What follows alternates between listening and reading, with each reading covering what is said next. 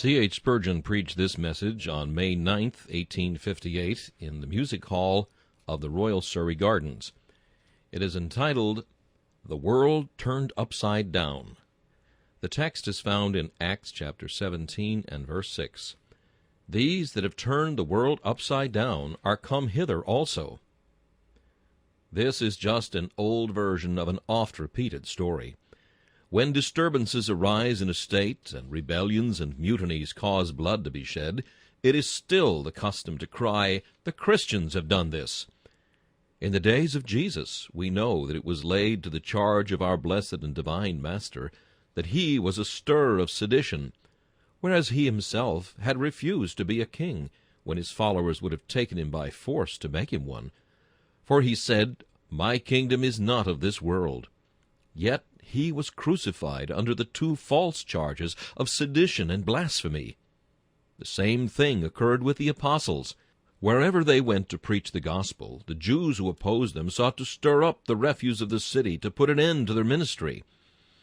And then, when a great multitude had been made by the Jews themselves, who had taken unto them certain lewd fellows of the baser sort, and gathered a company, and set all the city in an uproar, and assaulted the house of Jason, and sought to bring him out to the people, then the Jews laid the tumult and the uproar at the door of the apostles, saying, "These that have turned the world upside down are come hither also."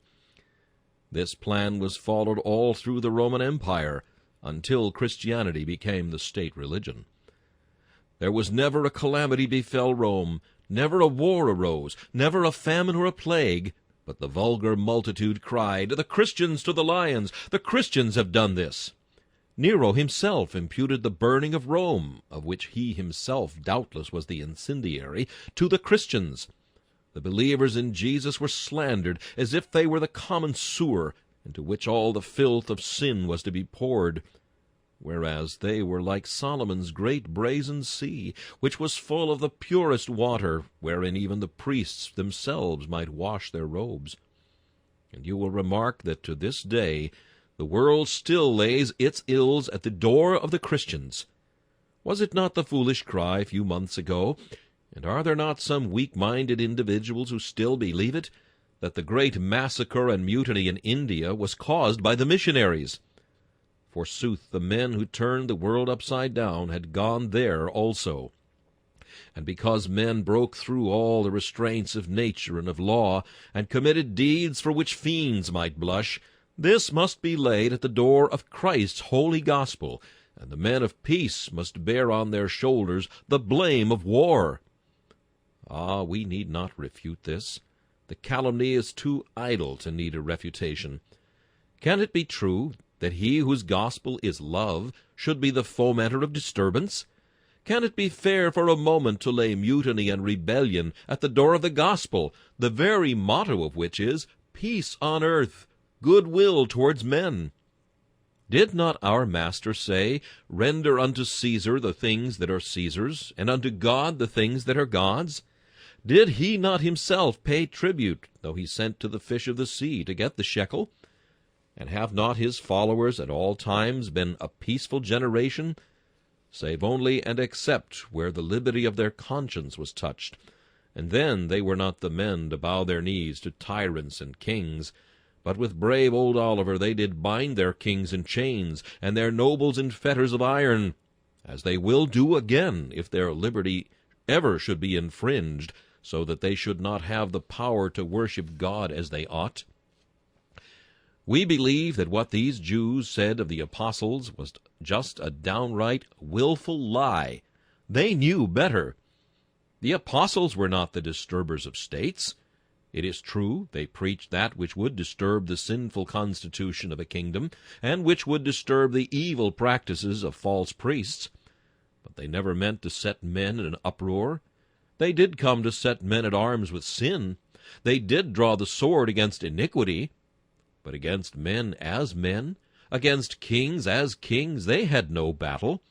It is with iniquity and sin and wrong everywhere that they proclaimed an everlasting warfare. But still, brethren, there is many a true word spoken in jest, we say, and surely there's many a true word spoken in malice. They said the apostles turned the world upside down. They meant by that they were disturbers of the peace. But they said a great true thing, for Christ's gospel does turn the world upside down. It was the wrong way upwards before, and now that the gospel is preached, and when it shall prevail, it will just set the world right by turning it upside down. And now I shall try to show how, in the world at large, Christ's gospel turns the world upside down. And then I shall endeavor, as well as God shall help me, to show how the little world that is within every man is turned upside down when he becomes a believer in the gospel of Christ. First, then, the gospel of Christ turns the world upside down with regard to the position of different classes of men. In the esteem of men, the kingdom of heaven is something like this. High there on the summit, there sits the most grand rabbi, the right venerable, estimable, and excellent doctor of divinity, the great philosopher, the highly learned, the deeply instructed, the immensely intellectual man. He sits on the apex. He is the highest, because he is the wisest. Just below him there is a class of men who are deeply studied, not quite so skilled as the former, but still exceeding wise, who look down at those who stand at the basement of the pyramid, and who say to them, they are the ignoble multitude. They know nothing at all. A little lower down, we come to the sober, respectable, thinking men, not those who set up for teachers, but those who seldom will be taught, because they already, in their own opinion, know all that is to be learned. Then, after them, there come a still larger number of very estimable folks, who are exceeding wise in worldly wisdom, although not quite so exalted as the philosopher and the rabbi. Lower still come those who have just a respectable amount of wisdom and knowledge, and then, at the very basement, there come the fool and the little child and the babe. When we look at these, we say, "This is the wisdom of this world. Behold how great a difference there is between the babe at the bottom and the learned doctor on the summit. How wide the distinction between the ignorant simpleton who forms the hard, rocky, stubborn basement, and the wise man of polished marble who there stands resplendent at the apex of the pyramid." Now, just see how Christ turns the world upside down. There it stands. He just reverses it. "Except ye be converted, and become as little children, ye can in no wise enter into the kingdom of heaven."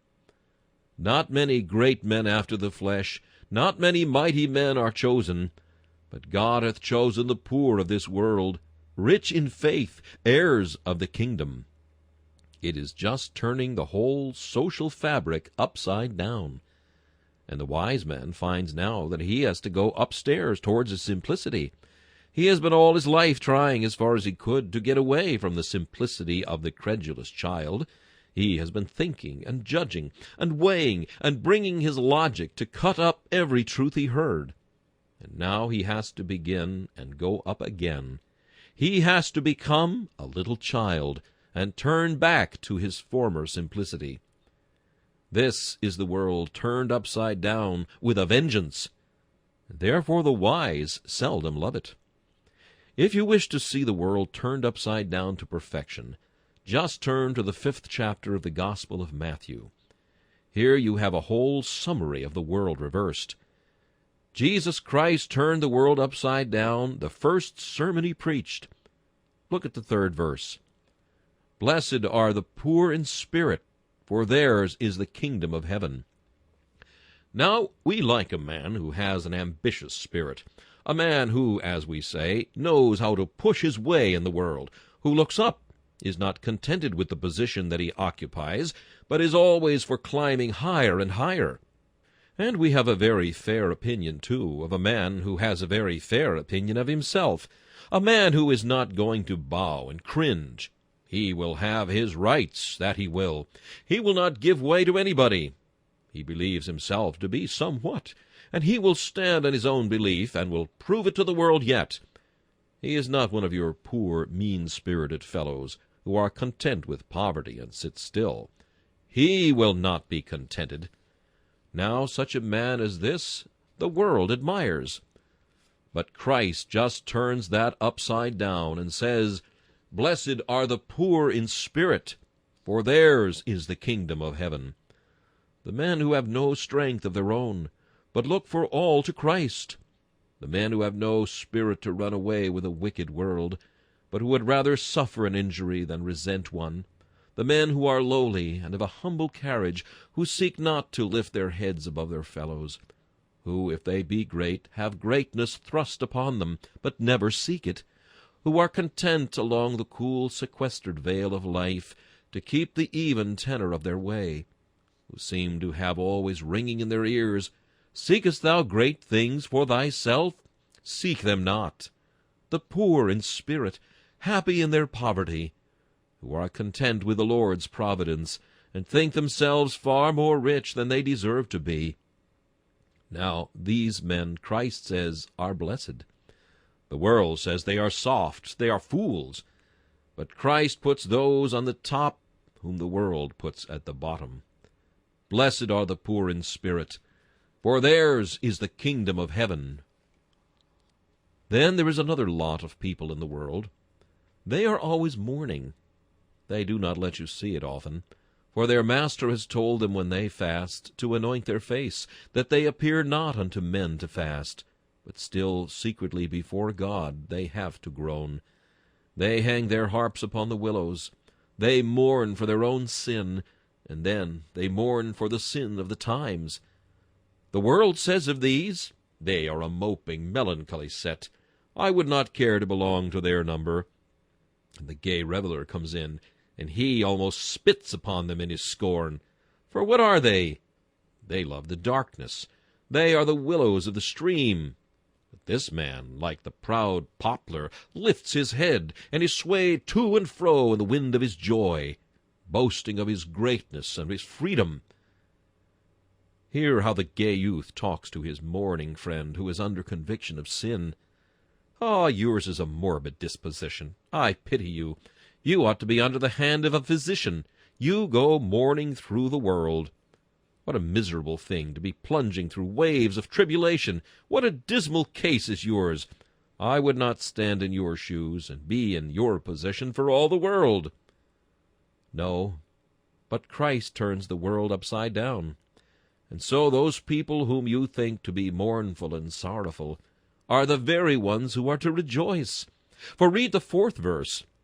"Blessed are they that mourn, for they shall be comforted." Yes, worldling, your joy is like the crackling of thorns under a pot. It blazes a little and makes a great noise. It is soon done with. But light is sown for the righteous, and gladness for the upright in heart. You cannot see the light now, because it is sown. It lies under the clods of poverty and shame and persecution, perhaps. But when the great harvest day shall come, the blades of light, upstarting at the second coming, shall bring forth the full corn in the ear of bliss and glory everlasting. O ye mourning souls, be glad! For whereas the world puts you beneath it, Christ puts you above the world's head.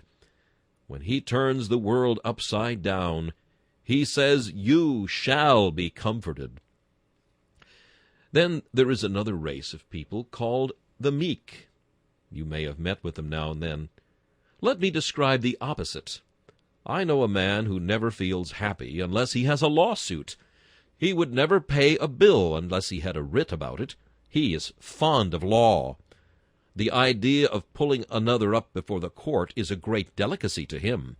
A slight affront he would not easily forget. He has a very large amount of mock dignity. And if he be never so slightly touched, if a harsh word be spoken against him, or one slander uttered, he is down upon his enemy at once. For he is a man of hard temper, and he casts the debtor into prison.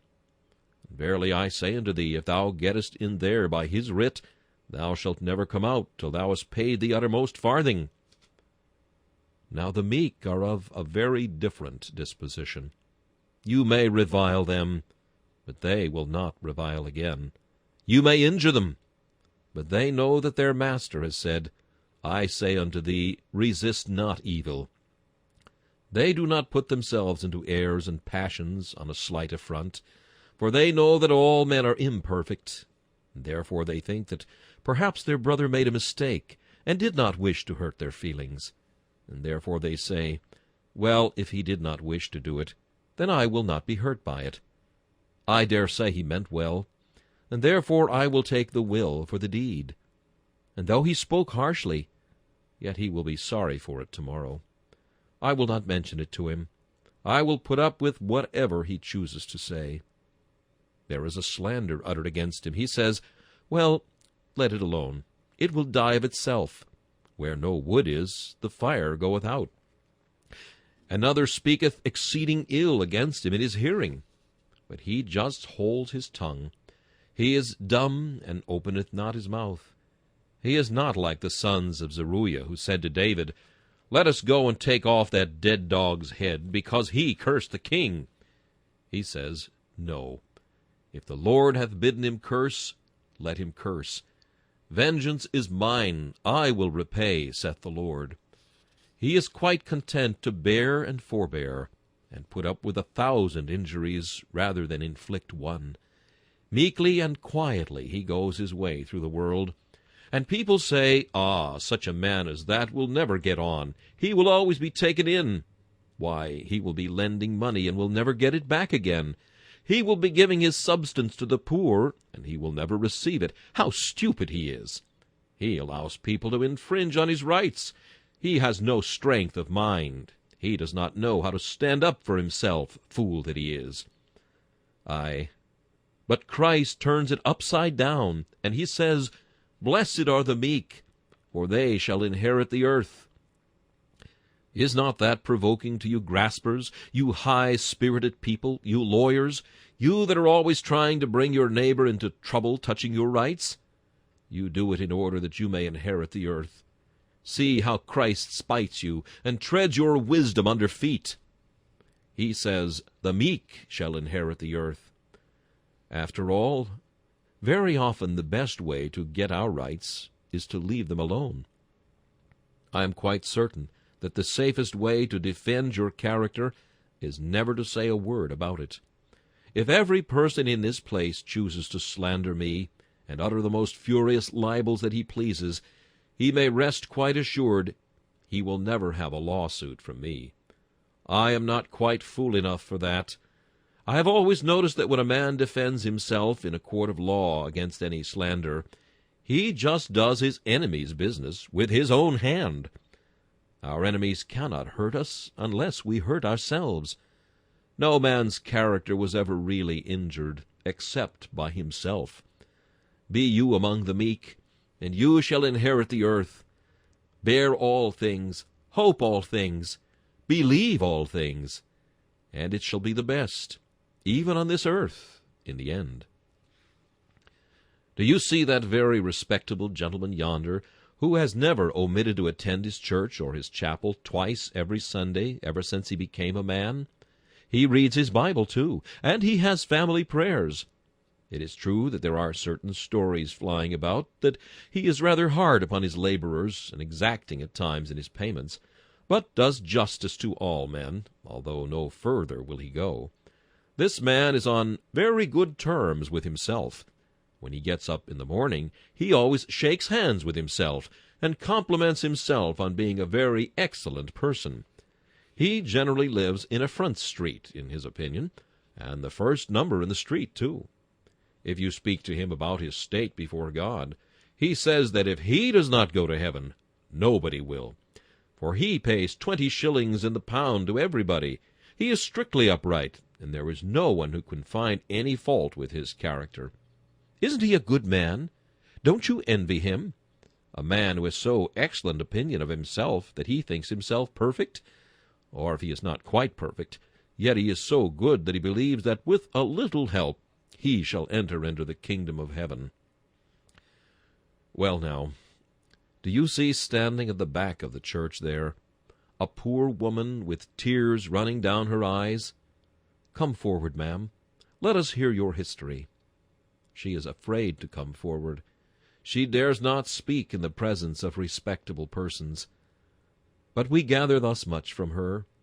She has lately found out that she is full of sin, and she desires to know what she must do to be saved. Ask her.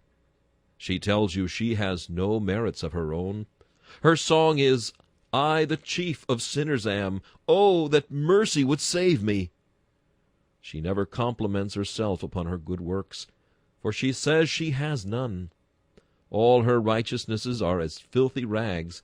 She puts her mouth in the very dust when she prays. She dares not lift so much as her eyes towards heaven. You pity that poor woman. You would not like to be in her case. The other man whom I've just mentioned stands at the very top of the ladder, does he not? But this poor woman stands at the bottom. Now just see the gospel process. The world turned upside down. "Blessed are they which do hunger and thirst after righteousness, for they shall be filled." While the man who is content with himself has this for his portion: "As many as are of the works of the law are under the curse. Publicans and harlots enter into the kingdom of heaven before you, because you seek not the righteousness which is of faith, but you seek it as it were by the works of the law." So here you see again is the world turned upside down in the first sermon Christ ever preached. Now turn to the next beatitude, in the 7th verse. "Blessed are the merciful, for they shall obtain mercy." Of this I have already spoken. The merciful are not much respected in this world, at least if they are imprudently merciful. The man who forgives too much or is too generous is not considered to be wise. But Christ declares that he who has been merciful to supply the wants of the poor, merciful to forgive his enemies and to pass by offenses, shall obtain mercy.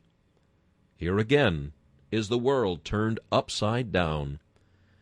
"Blessed are the pure in heart, for they shall see God." The world says, "Blessed is the man who indulges in a gay life." If you ask the common run of mankind who is the happy man, they will tell you the happy man is he who has an abundance of money and spends it freely, and is freed from restraint, who leads a merry dance of life, who drinks deep of the cup of intoxication, who revels riotously, who, like the wild horse of the prairie, is not bitted by order or restrained by reason, but who dashes across the broad plains of sin, unharnessed, unguided, unrestrained. This is the man whom the world calls happy. The proud man, the mighty man, the Nimrod, the man who can do just as he wishes, and who spurns to keep the narrow way of holiness.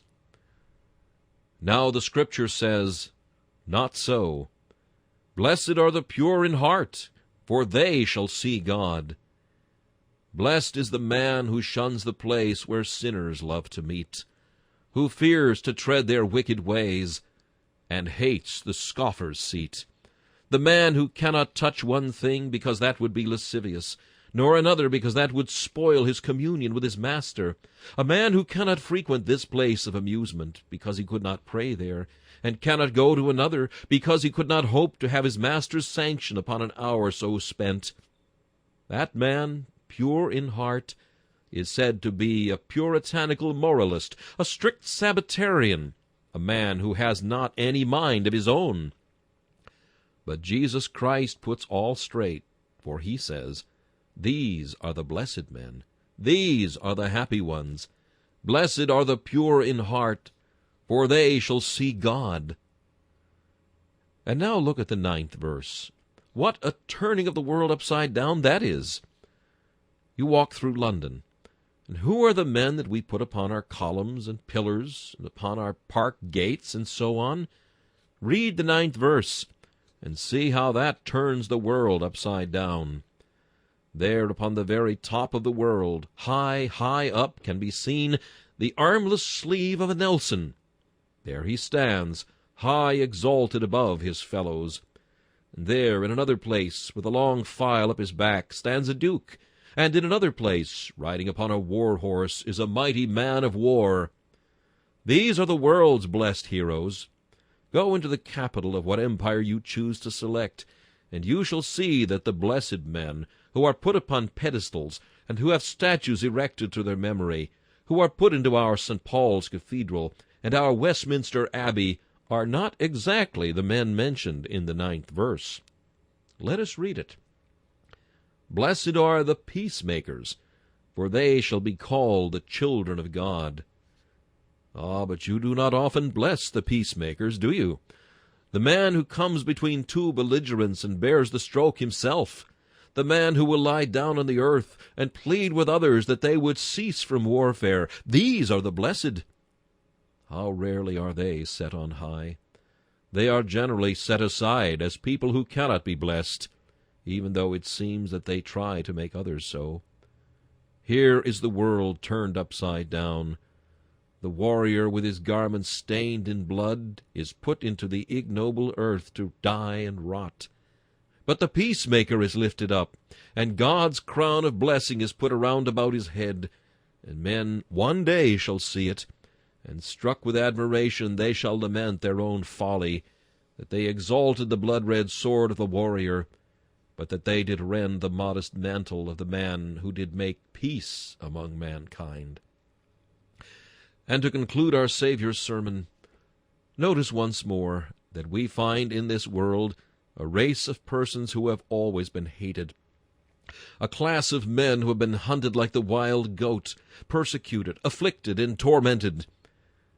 As an old divine says, the Christian has been looked upon as if he had a wolf's head, for as the wolf was hunted for his head everywhere, so has the Christian been hunted to the uttermost ends of the earth.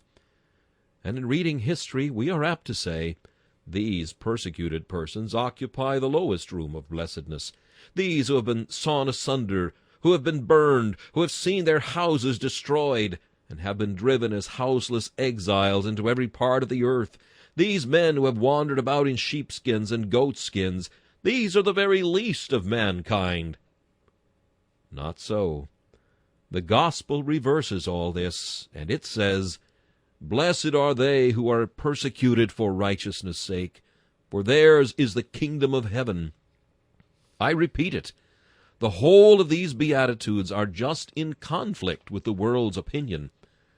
And we may quote the words of the Jew and say, Jesus Christ was the man who turned the world upside down. And now I find I must be very brief, for I have taken so much time in endeavoring to show how Christ's gospel turned the world upside down in the position of its characters, that I shall have no space left for anything else. But will you have patience with me, and I will briefly pass through the other points.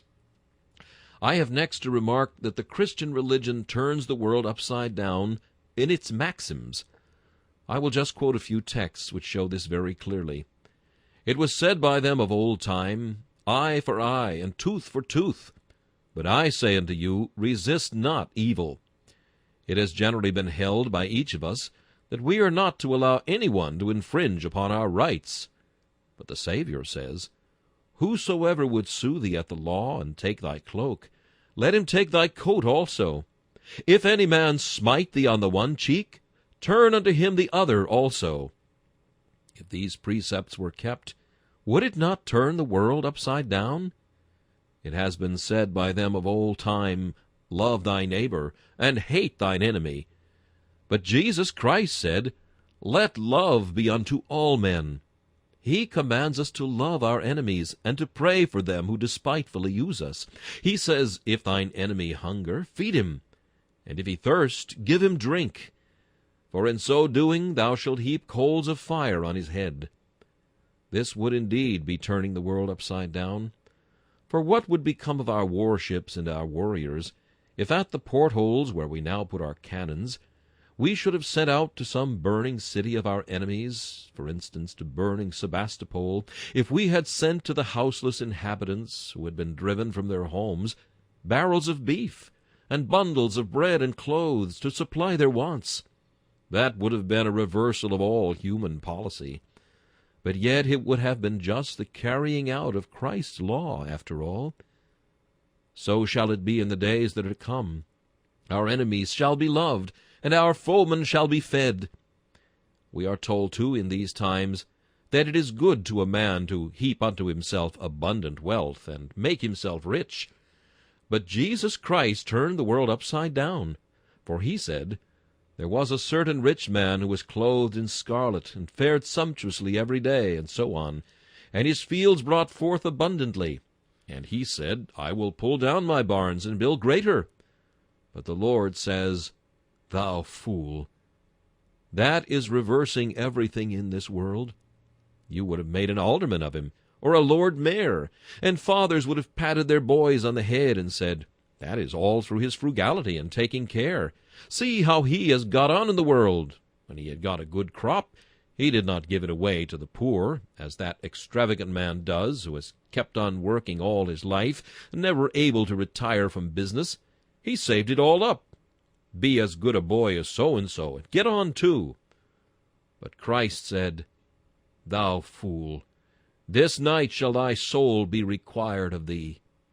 A turning of everything upside down.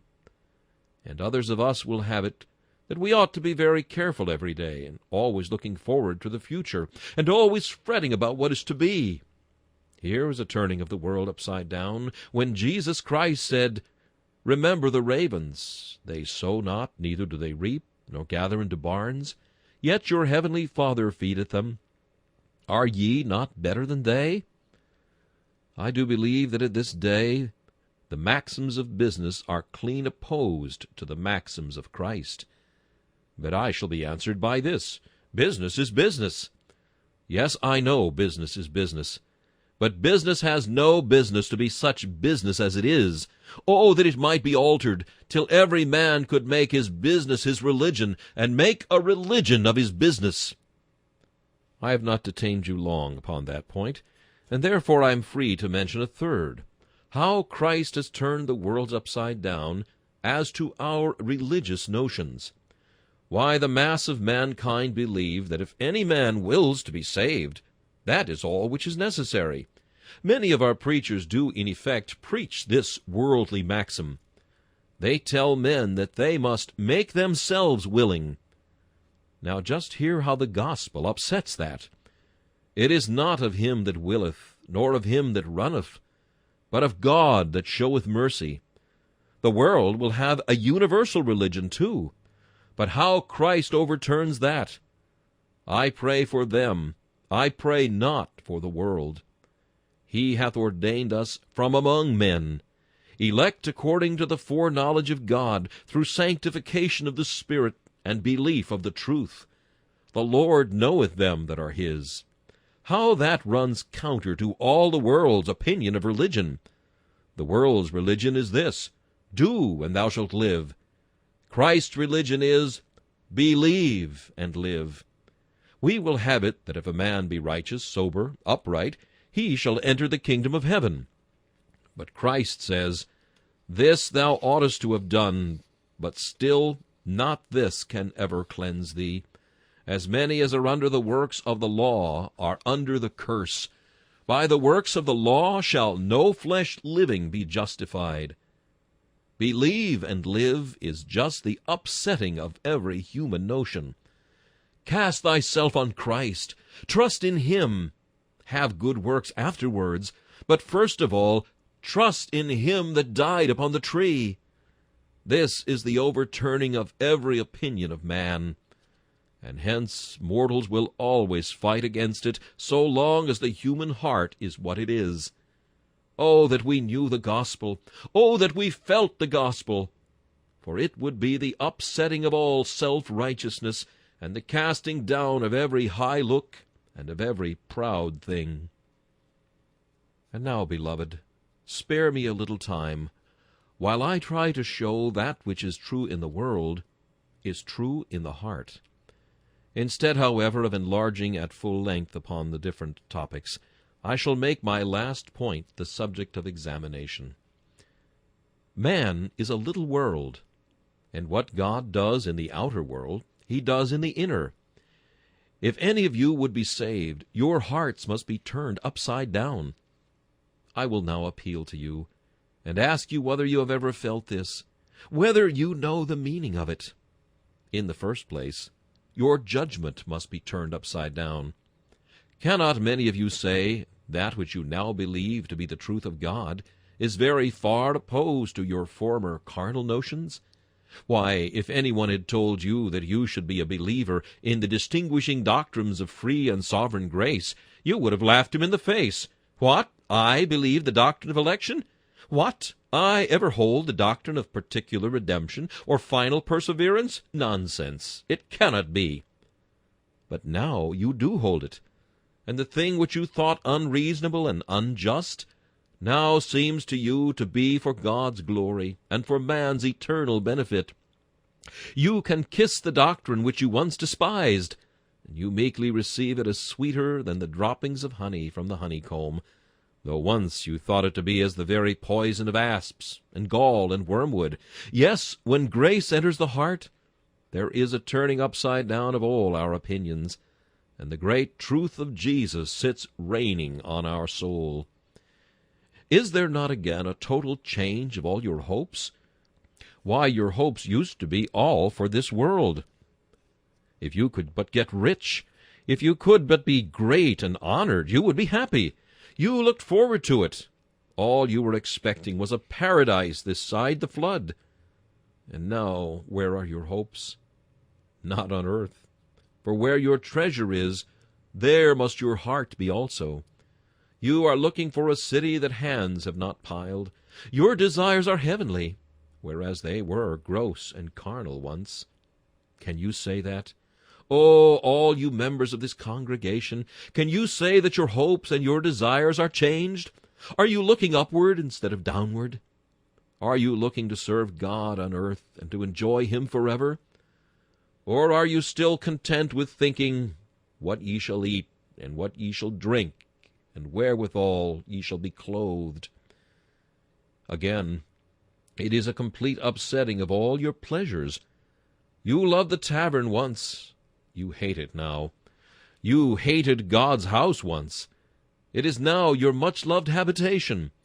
The song, the Sunday newspaper, the lewd novel, all these were sweet to your taste. But you have burned the books that once enchanted you, and now the dusty Bible from the back of the shelf is taken down, and there it lies, wide open upon the family table, and it is read both morn and night, much loved, much prized and delighted in. The Sabbath was once the dullest day of the week to you. You either loitered outside the door in your shirt-sleeves if you were poor, or if you were rich, you spent the day in your drawing-room and had company in the evening. Now, instead thereof, your company you find in the church of the living God, and you make the Lord's house the drawing-room where you entertain your friends. Your feast is no longer a banquet of wine, but a banquet of communion with Christ. There are some of you who once loved nothing better than the theater, the low concert-room, or the casino. Over such places you now see a great black mark of the curse, and you never go there. You seek now the prayer meeting, the church meeting, the gathering of the righteous, the habitation of the Lord God of hosts. It is marvelous how great a change the gospel makes in a man's house, too. Why, it turns his house upside down. Look over the mantelpiece. There is a vile daub of a picture there, or a wretched print, and the subject is worse than the style of the thing. But when the man follows Jesus, he takes that down, and he gets a print of John Bunyan in his prison, or his wife standing before the magistrate, or a print of the Apostle Paul preaching at Athens, or some good old subject representing something biblical. There is a pack of cards and a cribbage board in the cupboard. He turns them out, and instead he puts there perhaps the monthly magazine, or mayhap a few works of old divines, just here and there one of the publications of the Religious Tract Society, or a volume of a commentary. Everything is upside down there. The children say, "Father is so altered." They never knew such a thing. He used to come home sometimes drunk of a night, and the children used to run upstairs and be in bed before he came in. And now little John and little Sarah sit at the window and watch till he comes home, and they go toddling down the street to meet him, and he takes one in his arms and the other by the hand, and brings them home with him. He used to teach them to sing, "Begone, dull care," or something worse. Now he tells them of gentle Jesus, meek and mild, or puts into their mouths some sweet song of old. A jolly set of companions he used to have come to see him, and a roaring party there used to be of them on a Sunday afternoon. But that is all done with. The mother smiles upon her husband. She is a happy woman now. She knows that he will no longer disgrace himself by plunging into the vilest of society and being seduced into the worst of sins. Now, if you could take a man's heart out and put a new heart right into him, it would not be half so good if it were another natural heart, as the change that God works when he takes out the heart of stone and puts in a heart of flesh, a heart resigned, submissive, meek, our dear Redeemer's throne, where only Christ is heard to speak, where Jesus reigns alone. I put then the question to you again. Have you been turned upside down? How about your companions? You loved those the best who could swear the loudest, talk the fastest, and tell the greatest falsehoods. Now you love those who can pray the most earnestly and tell you the most of Jesus. Everything is changed with you. If you were to meet your old self going down the street, you would not know him except by hearsay. You are no relation to him at all. Sometimes the old gentleman comes to your house, and he begins to tempt you back. But you turn him out of doors as soon as you can, and say, "Begone! I never got on so long as I knew you. I had a ragged coat to my back then, and I was always giving the publican all my money. I never went to God's house, but cursed my Maker, and added sin to sin, and tied a millstone round my neck. So away from me. I will have nothing to do with you. I have been buried with Christ, and I have risen with him. I am a new man in Christ Jesus. All things have passed away. And behold, all things have become new." I have some here, however, who belong to a different class of society, who could not indulge in any of these things. But ladies and gentlemen, if you are ever converted, you must have as great a sweeping out as the poorest man that ever lived. There must be as true a turning upside down in the salvation of an earl or a duke or a lord as in the salvation of a pauper or a peasant. There is as much sin in the higher ranks as in the lower, and sometimes more, because they have more light, more knowledge, more influence. And when they sin, they not only damn themselves, but others too. Oh, you that are rich, have you had a change too? Have the frivolities of this world become sickening things to you? Do you turn away with loathing from the common cant and conventionalism of high life? Have you forsaken it? And can you now say, "Although I am in the world, yet I am not of it. Its pomps and vanities I do eschew. Its pride and its glory I trample under feet. These are nothing to me. I would follow my Master, bearing his cross, through evil report and through good report." If such be not the case, if you are not changed, remember, there are no exceptions. One truth is true for all. Except ye be born again, ye cannot see the kingdom of heaven. And that amounts in substance to my text.